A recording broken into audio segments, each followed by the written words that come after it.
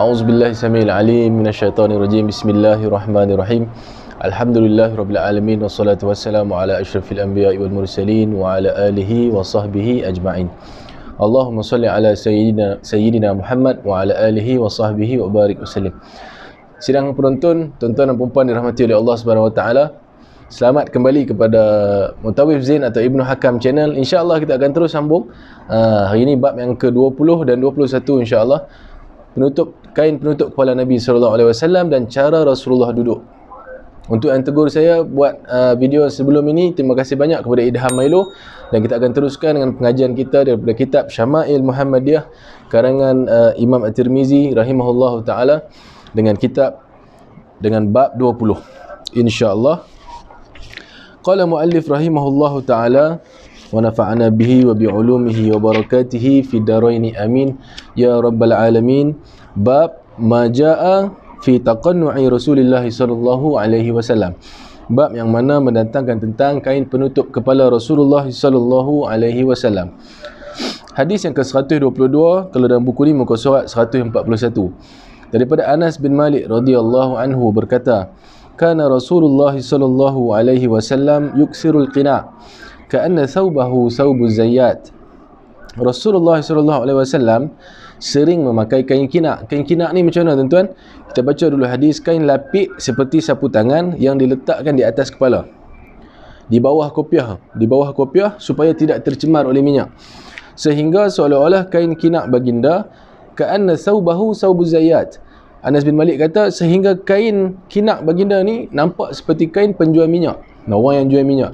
Jadi kain kina' ni sebenarnya Nabi, bab yang sebelum ni kita dah baca. Yang mana belum tonton boleh tonton bab yang sebelum ini, iaitu bab Nabi, cara Nabi semir rambut dan sebagainya. Nabi akan pakai minyak di kepala Nabi. Seperti yang kita tahu Rasulullah SAW satu orang yang paling kemas, paling rapi dah. Jadi bila dia siap, dia dah sisir rambut, dia akan pakai minyak di rambut Nabi. Kan? Ada riwayat mengatakan 3 jenis ataupun 3 style rambut Nabi SAW. Ada di paras bahu, di paras telinga dan di paras tengkuk, kan? Jadi bila Nabi pakai minyak, Nabi akan pakai kain yang khusus untuk cover kepala Nabi SAW sebelum Nabi pakai kolan suah. Kolan suah ni pun dah ada di bab yang sebelum ni. Kolan suah ni pakai kopiah macam kita pakai hari ni, tuan-tuan. Kemudian kita pakai, baru Nabi pakai imamah, iaitu serban, kan? Dan ini adalah kain kina'. Kain kina' ni Nabi jadikan satu kain khusus supaya minyak tu tak terkena kopiah dan tak terkena serban. Ni betapa bersih, betapa rapinya Nabi SAW. Rambut dia pun dia jaga. Keterangan hadis ini bertaraf dhaif. Dilaporkan oleh Yusuf bin Isa daripada Waqi', daripada Rabi' bin Sabih, daripada Yazid bin Aban yang bersumber daripada Anas bin Malik radhiyallahu anhum ajma'in. Jadi tuan-tuan, kita pada hari ini boleh untuk meniru-niru, orang kata belajar-belajar untuk mengikut cara Nabi SAW. Sebelum kita pakai kopiah, kalau kita pakai minyak di kepala kita, di rambut kita, kita pakailah kain kecil. Untuk apa? Untuk cover kita punya kopiah ni daripada berminyak. Kan kita nak pakai kerap, nak pakai selalu. Kalau tuan-tuan rajin basuh setiap minit, setiap masa, tak apa kan?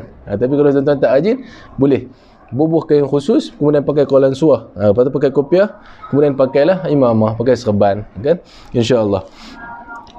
Kita terus masuk kepada bab yang seterusnya, iaitu bab 21. Qala muallif rahimahullah ta'ala wa nafa'ana bihi wa bi'ulumihi wa barakatihi fi daraini amin ya rabbal alamin. Bab ma jaa fi jilsati Rasulullah sallallahu alaihi wasallam. Bab yang mana mendatangkan tentang cara Rasulullah duduk. Tuan-tuan, dalam kitab Syama'il Muhammadiyah ni dia menceritakan kehidupan Nabi sallallahu alaihi wasallam. Tak ada orang lagi dalam dunia ni, kalau kita idolakan macam mana orang tu, hebat macam mana orang tu, macam mana pangkat, tinggi, harta, darjat, tak ada orang cerita lagi daripada A sampai Z, daripada bangun tidur sampai tidur, macam mana kehidupan dia, melainkan Rasulullah SAW. Betapa hebatnya Nabi. Jadi kita sebagai umat Nabi, siapa lagi teladan, uswatun hasanah yang kita harus ikut, itulah Nabi SAW. Hadis ini hadis yang ke-123 daripada Qailah binti Makhramah melaporkan annaha ra'at Rasulullah sallallahu alaihi wasallam fil masjid wa huwa qa'idul qurfusa. Qalat falamma ra'aitu Rasulullah sallallahu alaihi wasallam al-mutakhashshi'a fil jilsah ur'idtu min al-faraq.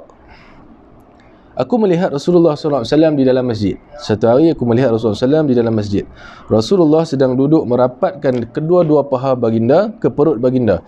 Lalu Qailah berkata, apabila aku melihat Rasulullah SAW duduk dengan begitu khusyuk, aku menjadi gemetar kerana takjub. Hadis ini direkodkan oleh Abu Daud dan At-Tirmizi. Tuan-tuan, satu hari Qailah dia nampak Nabi duduk dalam masjid. Bila dia nampak Nabi duduk dalam masjid, cara Nabi duduk ni, Nabi duduk qurfusa'. Nabi duduk qurfusa' ni macam mana? Sekejap lagi saya akan tunjuk demo tu insya-Allah. Iaitu duduk merapatkan kedua-dua paha ke perut baginda sallallahu alaihi wasallam. Lalu Qailah berkata, apabila aku melihat Rasulullah macam tu, hati aku jadi gemetar kerana takjub. Tuan-tuan, yang saya sebut tadi, inilah orang dia tuan-tuan, Rasulullah SAW. Tengok pun kita dah rasa takjub dan gemetar. Tak ada lagi orang di dunia ni saya rasa yang kita akan nampak macam tu, melainkan Rasulullah SAW. Di dalam riwayat yang lain, bila jadi macam tu, maka Rasulullah kata, wahai Qailah, tenanglah engkau, damailah engkau. Sejak daripada hari itu, damai dan tenanglah Qailah ni. Tapi dalam ni, kerana tengok Nabi duduk dengan begitu khusyuk, dengan begitu rendah diri, maka aku jadi gemetar kerana takjub. Bukan takut tuan-tuan. Kan? Hari ni, kalau kita tengok satu orang yang muka dia ganas, saya kata ganas, mungkin orang lain kata muka dia biasa-biasa. Mungkin saya tengok satu orang, saya kata muka dia biasa-biasa, tapi orang lain kata ganas. Rasulullah SAW, orang tengok dia, orang jadi takjub. Takjub ni apa tuan-tuan? Tuan-tuan boleh komen nanti insya-Allah. Apa sebenarnya takjub? Yang semua orang nampak itu benda yang sama. Kenapa? Kerana itulah kekasih Allah Subhanahu wa taala. Baik, keterangan hadis ini bertaraf hasan, dilaporkan oleh Abdul bin Humaid daripada Affan bin Muslim, daripada Abdullah bin Hasan, daripada kedua-dua orang neneknya iaitu Safiyah dan Duhaibah, bersumber daripada Qailah binti Makhramah radhiyallahu anhum ajma'in. Ke hadis yang seterusnya, hadis nak lebih kurang sama. Abdullah bin Zaid bin Asim melaporkan radhiyallahu anhum annahu ra'a an-nabiy sallallahu alaihi wasallam mustalqiyan fil masjid wadi'an ihda rijlaihi 'ala al-ukhra. Mafhum hadis, aku melihat Rasulullah SAW berbaring, Nabi baring, berlunjur di dalam masjid, dan sebelah kaki baginda diletakkan di atas kaki yang sebelahnya lagi. Nabi akan baring, sekejap pun kita akan demo juga insya-Allah. Nabi akan baring, lunjur kaki, dan kemudian kaki satu di atas. Yang mana satu di atas yang lain? Kaki kanan di atas yang kiri macam ni. Kaki kanan di atas yang kiri macam tu. Keterangan hadis ini bertaraf sahih, dilaporkan oleh Sa'id bin Abdul Rahman Al-Makhzumi dan lainnya. Mereka menerima daripada Sufyan, daripada Zuhni, daripada Abbad bin Tamim, yang bersumber daripada pakciknya iaitu Abdullah bin Zaid. Saat lagi kita akan tunjuk demo dan ajar insya-Allah. Hadis yang seterusnya daripada Abu Sa'id Al-Khudri radhiyallahu anhu berkata, kana Rasulullah sallallahu alaihi wasallam idza jalasa fil masjid aw al-majlis ihtaba bi yadayhi. Apabila duduk di dalam masjid, apabila Rasulullah duduk dalam masjid atau dalam majlis. Hadis ini Rasulullah SAW duduk merangkul lutut. Yang kita baca saat ni, qurfusa' kan. Qurfusa' lutut rapat ke dada. Yang ini ihtaba. Ihtaba ni macam mana?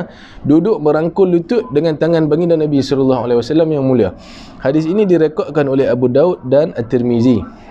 Hadis ini bertaraf dhaif, dilaporkan oleh Salamah bin Syabib daripada Abdullah bin Ibrahim Al-Madani, daripada Ishaq bin Muhammad Al-Ansari, daripada Rubaih bin Abdul Rahman bin Abi Sa'id, daripada bapanya, bersumber daripada datuknya iaitu Abu Sa'id Al-Khudri radhiyallahu anhum ajma'in.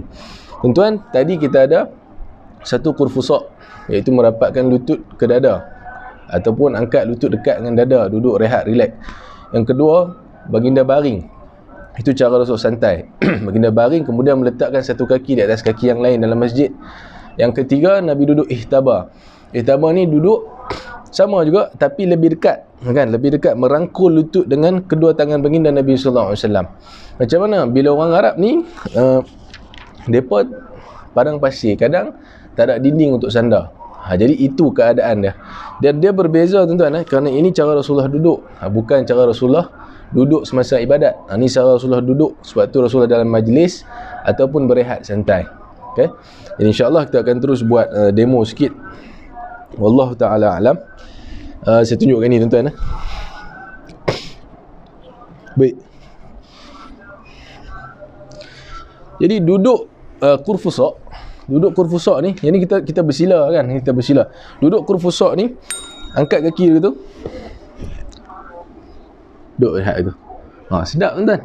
Sedap sebab apa? Bila tak ada tempat untuk sandar, jadi kita duduk macam tu di dalam satu majlis, walaupun orang kata lama, tapi seolah-olah kita menahan badan kita kan. Kita duduk rehat gitu. Bila duduk dalam majlis ataupun berehat santai. Itu kurfusak. Berapatkan kedua kaki, lutut ni dekat dengan dada. Dekat dengan dada dan kemudian tangan rangkul dah. Tangan rangkul dah macam tu. Duduk sambil dengan majlis. Ini duduk kurfusak. Dan hadis yang seterusnya yang kita baca tadi, ada kalanya Nabi melunjurkan kaki.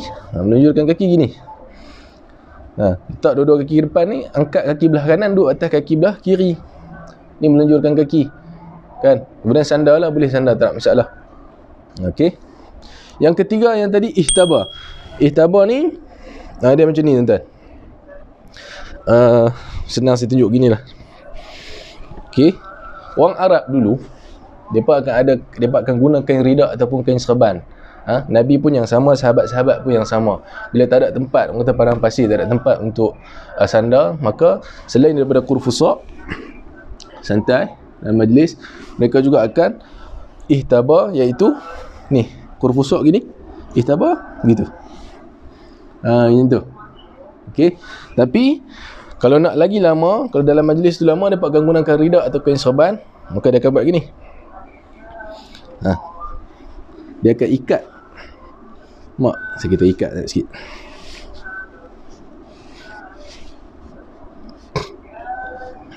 Masya Allah. Ikat, kemudian duduk santai. Santai. Duduk macam tu boleh. Masya Allah. Kan? Ini adalah duduk ihtaba. Ikat terus dengan kain ridak atau kain serban. Tu kegunaan dia tuan-tuan. Kan? Kain serban ni pun kalau zaman salafus soleh, panjang untuk kain kafan, terus buat untuk kain kafan. Jadi macam-macam kegunaan juga ridak dan kain serban ni. Jadi duduk gitu. Ini adalah ihtaba. Yang tadi gitu tanpa kain, ini adalah kurfusak. Okey. Ataupun melunjur. Melunjur. Tak gitu. Ini semua adab-adab Nabi SAW, cara Nabi duduk, cara Rasulullah SAW duduk di dalam majlis ataupun bersantai. Bersantai. Tuan-tuan, dia berbeza dengan cara ibadah Nabi SAW. Kalau ibadah, saya tunjuk sikit lah. Kalau ibadah, kita biasa gitu.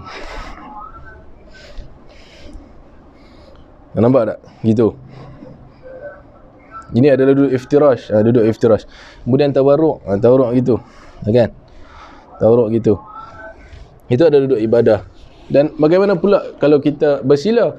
Adakah bersila ni ikut cara Nabi? Ya, bersila ni pun cara sunnah sallallahu alaihi wasallam. Sebab apa? Bersila ni digunakan tujuannya untuk beribadat. Walaupun hari ni kita nampak orang banyak duduk atas kursi, itu sebab dia dah tak mampu nak duduk bersila. Tapi kalau selagi mana dia mampu duduk bersila, yang paling diutamakan sekali adalah duduk iftirash. Yang saya tunjuk saat ni, duduk iftirash. Kemudian baru duduk bersila. Duduk bersila kemudian angkat takbir solat macam biasa. Ini cara Rasulullah kata, "Shalla qa'iman." Solatlah kamu dalam keadaan berdiri kalau kamu mampu. Fa in lam tastati' fa qa'idan. Kalau tak mampu duduk. Duduk ni macam mana?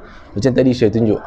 Insya-Allah kita akan masuk bab yang lain. Kita akan ceritakan tentang duduk dalam solat dan dalam ibadah dan sebagainya. Ini adalah duduk ketika dalam majlis ataupun bersantai. Insya-Allah tuan-tuan, kita ulang sikit lagi. Ini adalah kurfusak. Okey, macam tu adalah ikat dengan ni. Ikat dengan ni adalah ihtaba. Kemudian lunjur, angkat kaki gitu. Kenapa Rasulullah SAW angkat kaki satu di atas yang lain? Kerana takut nampak aurat. Itu sahaja. Okay? Kalau kita tak selesa duduk macam ni, kita nak duduk macam ni, boleh tak ada masalah, selagi mana tak nampak aurat kita. Okay? Nabi hanya angkat satu kaki sebab Nabi takut nampak aurat. Malah Nabi melarang orang duduk macam ni sekiranya memang kita tahu akan nampak aurat dia. Macam Sayyidina Uthman bin Affan, dia kadang pakai jubah sampai ke betis tinggi dia. Jadi takut-takut nampak aurat, jadi baik duduk gitu. Lebih elok dan utama. Jadi insya-Allah siapa yang suka video ni, moga-moga memperolehi manfaat. Jangan lupa like dan subscribe. Kalau ada sebarang teguran boleh bagi tahu saya. Dan insya-Allah kita akan sambung terus bab yang ke-22 pada esok hari insya-Allah. Moga semuanya dapat manfaat dan memperoleh redha daripada Allah Subhanahu Wa Taala. Assalamualaikum warahmatullahi wabarakatuh.